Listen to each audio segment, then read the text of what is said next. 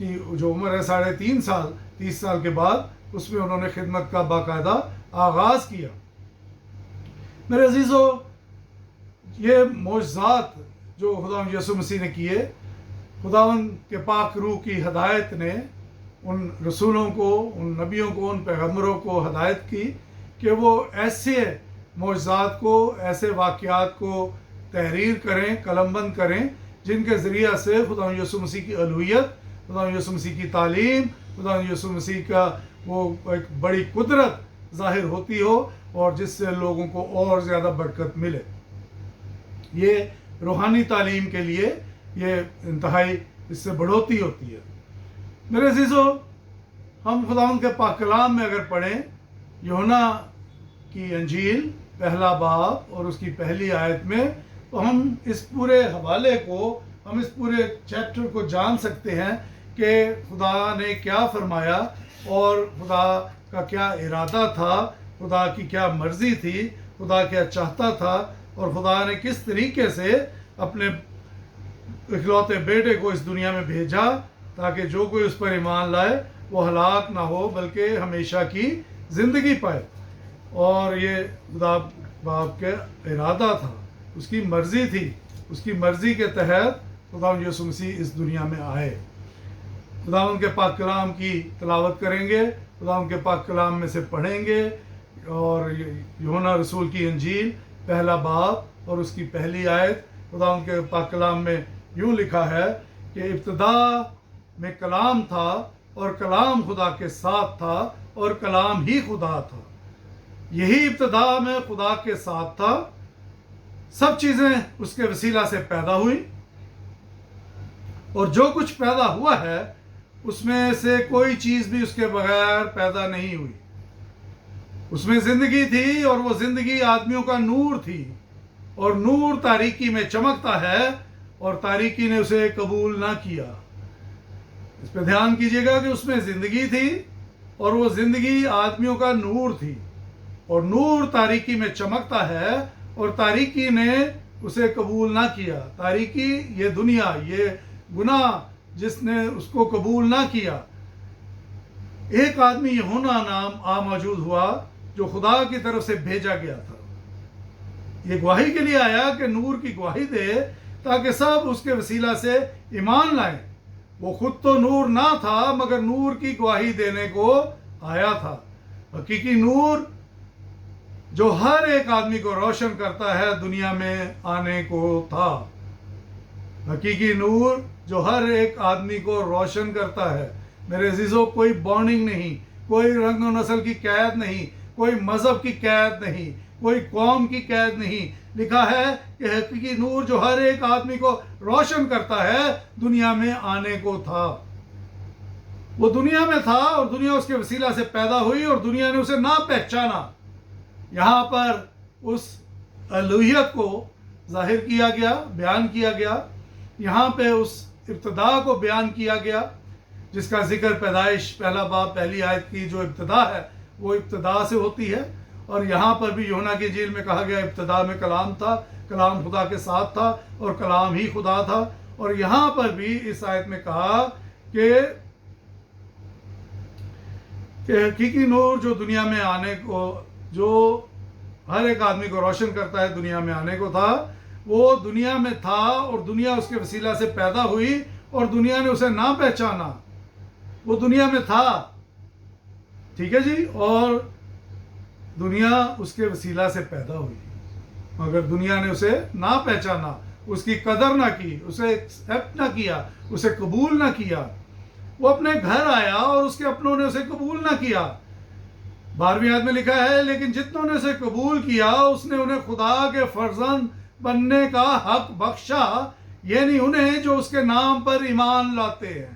بہت خوبصورت آیت ہے، 12ویں آیت لکھا ہے جتنوں نے اسے قبول کیا اس نے انہیں خدا کے فرزند بننے کا حق بخشا، یعنی انہیں جو اس کے نام پر ایمان لاتے ہیں۔ جتنوں نے اسے قبول کیا، مسیح یسوع کو قبول کیا، اس نے انہیں یہ حق بخش دیا کہ وہ لوگ خدا کے فرزند بن جائیں، وہ لوگ خدا کے بیٹے بیٹیاں کہلائیں، وہ لوگ خدا کے بچے کہہ سکیں، وہ لوگ خدا کو اپنا باپ کہہ سکیں، وہ لوگ باپ کہہ کے پکار سکیں. اور ہم جانتے ہیں کلام مقدس میں لکھا ہے کہ کلام کہتا ہے کہ جس طرح تم باپ ہو کر اپنی اولاد کے لیے فکر کرتے ہو تو میں جو تمہارا آسمانی باپ ہوں میں تمہاری کیوں کر فکر نہ کروں گا. اور اگلی آیت میں لکھا ہے وہ نہ خون سے نہ جسم کی خواہش سے نہ انسان کے ارادہ سے بلکہ خدا سے پیدا ہوئے.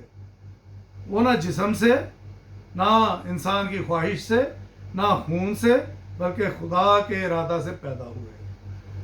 اور کلام مجسم ہوا اور فضل اور سچائی سے معمور ہو کر ہمارے درمیان رہا اور ہم نے اس کا ایسا جلال دیکھا جیسے باپ کے اکلوتے کا جلال.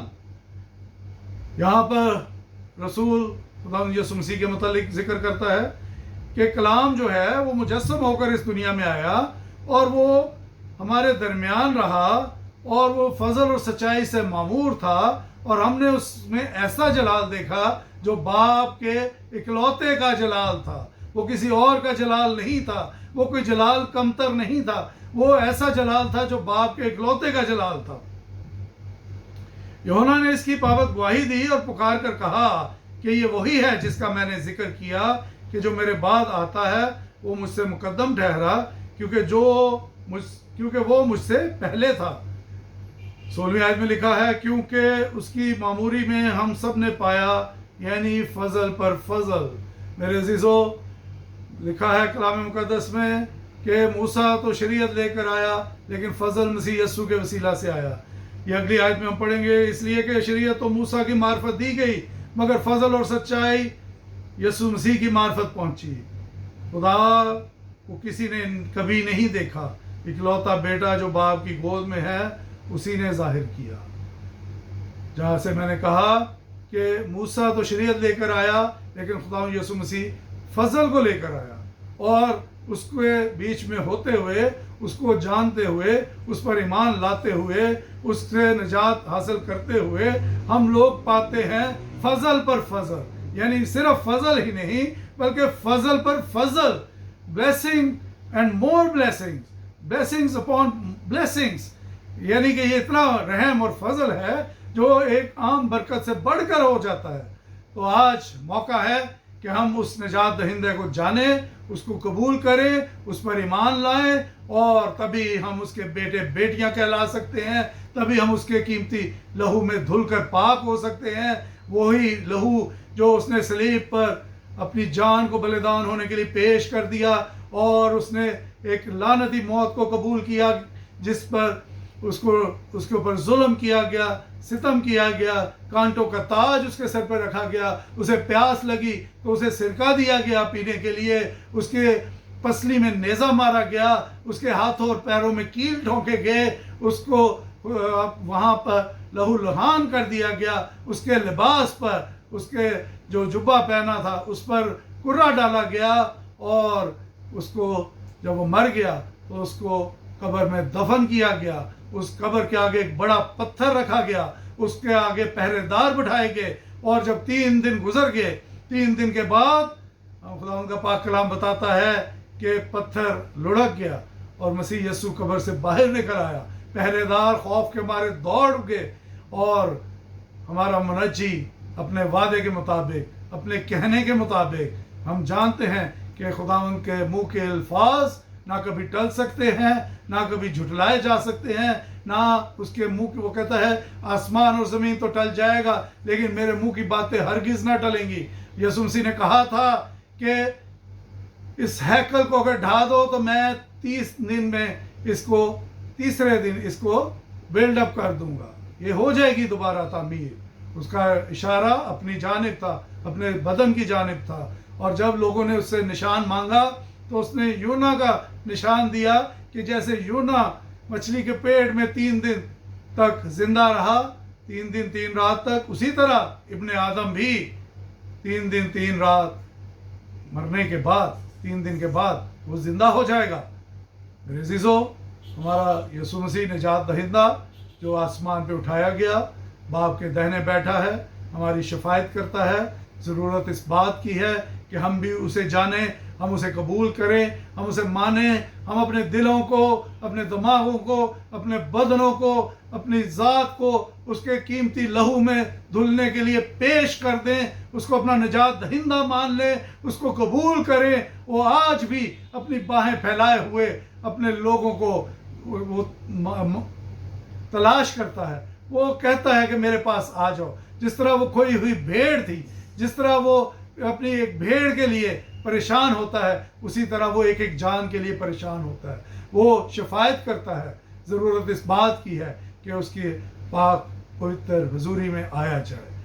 خداوند آج کے پاک کلام کے اس حصے کے وسیلہ سے مجھے اور آپ سب کو، ہمارے گھرانوں کو، ہمارے ملک کو، ہمارے دیگر تمام عزیز و اقارب کو، تمام لوگوں کو، تمام بنی و انسان کو خدا برکت دے اور یہ فضل بخشے کہ وہ زندہ خدا کے بیٹے مسیح کو جان سکیں، پہچان سکیں۔